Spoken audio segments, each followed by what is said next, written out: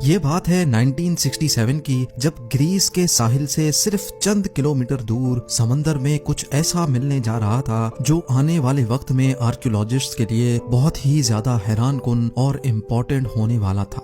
1967 میں Nicholas Fleming نامی ایک میری ٹائم آرکیولوجسٹ گریس کے ساحل سے تھوڑا ہی دور ایک آئی لینڈ پر گیا جو ایلافونیسوس کے نام سے جانا جاتا ہے۔ ہر بار نیکولس اس آئی لینڈ کے آس پاس سمندر میں کچھ نیا تلاش کرنے جاتا تھا، لیکن بدقسمتی سے اس کو خالی ہاتھ ہی لوٹنا پڑتا تھا۔ لیکن اس بار نیکولس کی زندگی بدلنے جا رہی تھی۔ سمندر میں 13 فٹ کی گہرائی پر نیکولس کی نظر چند ایسے پتھروں پر پڑی جو دوسرے پتھروں سے کافی عجیب دکھ رہے تھے۔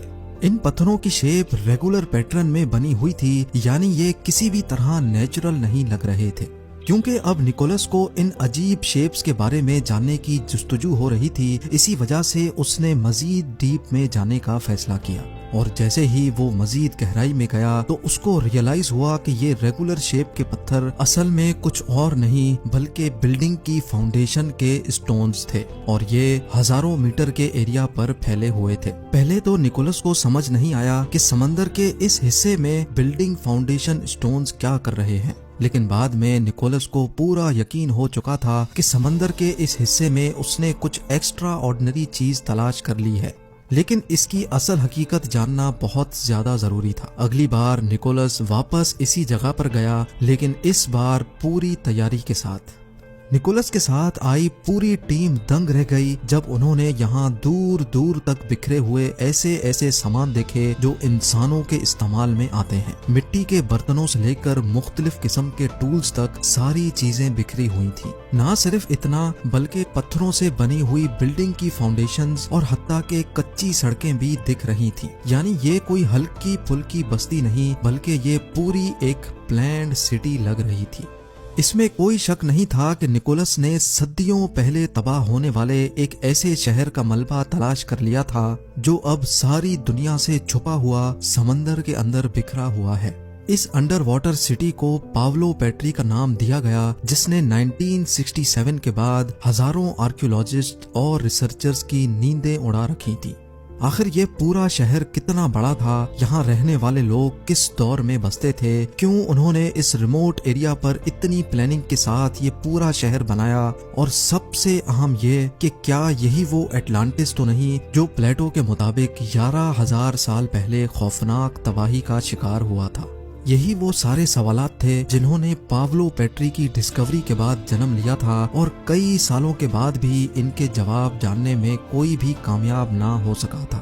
لیکن جیسے جیسے ٹیکنالوجی کا دور آتا گیا، ایک بار پھر سے پاولو پیٹری پر ریسرچ اسٹارٹ کر دی گئی۔ یونیورسٹی آف نوٹنگہم سے تعلق رکھنے والے ڈاکٹر جان ہینڈرسن نے ٹیکنالوجی کی مدد سے اس انڈر واٹر سیکرٹ سٹی پر مزید ریسرچ شروع کر دی۔ ریسرچ کے دوران ان کو یہاں رہنے والے انسانوں کے استعمال کی کچھ مزید چیزیں بھی ملی، جس میں پتھر سے بنا ہوا ایک ایسا آلہ بھی تھا جس کو استعمال کر کے ویٹ یا کارن سے آٹا نکالا جاتا تھا۔ ٹوٹے پھوٹے مٹی کے برتن جگہ جگہ پر ایک ساتھ بکھرے ہوئے تھے، جس کو دیکھ کر یہ لگ رہا تھا کہ شاید یہ ہزاروں سال پہلے یہاں رہنے والے کسی انسان کا کچن ہوا کرتا تھا۔ جہاں پاولو پیٹری میں انسانوں کے بسنے کی واضح نشانیاں بھی ملی، وہیں مردہ لوگ بھی اپنی نشانیاں چھوڑ گئے تھے۔ جی ہاں، یہاں ریسرچرز کو تقریباً 50 کے قریب ہر سائز کی قبر بھی مل چکی ہیں۔ گریس کے ساحل سے چند کلومیٹر دور سمندر میں موجود اس انڈر واٹر مسٹیریس سٹی میں انسانوں کے بسنے کے کئی ثبوت تو مل چکے تھے، لیکن صرف ڈائیونگ سے ہی اس شہر کی اصل حقیقت معلوم کرنا مشکل تھا۔ اسی لیے اب باری تھی ٹیکنالوجی استعمال کرنے کی، یعنی اب سونار اسکیننگ کا وقت آ چکا تھا۔ سونار ٹیکنالوجی کام کیسے کرتی ہے اس کے بارے میں آپ زیم ٹی وی کی پچھلی ویڈیو میں بھی جان چکے ہیں، لیکن ایک بار پھر سے آپ کو بتاتے چلیں کہ سونار ایک ایسی ڈیوائس ہوتی ہے جس کو جب پانی میں ڈالا جاتا ہے تو وہ ایک خاص ساؤنڈ ویوز پھینکتا ہے۔ یہ ساؤنڈ ویوز سمندر میں موجود ڈیفرنٹ چیزوں سے ٹکرا کر ریفلیکٹ ہوتی ہیں، اور تبھی ایک ریسیور ریفلیکٹڈ ساؤنڈ ویوز کو کیپچر کرتا ہے، اور پھر کمپیوٹر کی مدد سے اس کا ایک 3D ماڈل بنایا جاتا ہے۔ پاولو پیٹری کی انڈر واٹر اسکیننگ کے بعد اس کا 3D ماڈل بنایا گیا۔ اس 3D ماڈل نے پاولو پیٹری کی اس حقیقت سے پردہ اٹھا دیا تھا جس کو صرف ڈائیونگ سے جاننا امپاسبل تھا۔